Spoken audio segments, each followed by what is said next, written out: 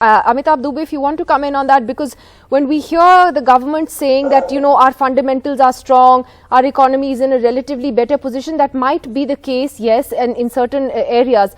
But at the moment, it's cold comfort to people who are facing, higher GST slabs on essentials, inflation, which has also been in double digits now for more than a year.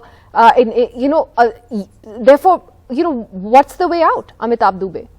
Yeah, so as Mr. Chidambaram said, there's a very serious impact on our imported goods, and 80+% of our goods are dollar denominated, including our oil, 86%, coal, and so on and so forth.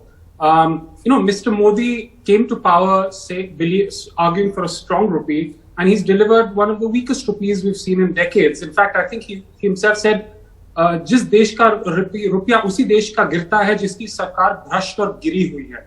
These are his own words.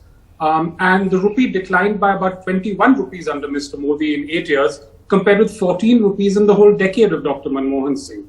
So I think the first point is that the government has put itself in this position of having to defend its record on the currency. The second point that was made was about imported inflation.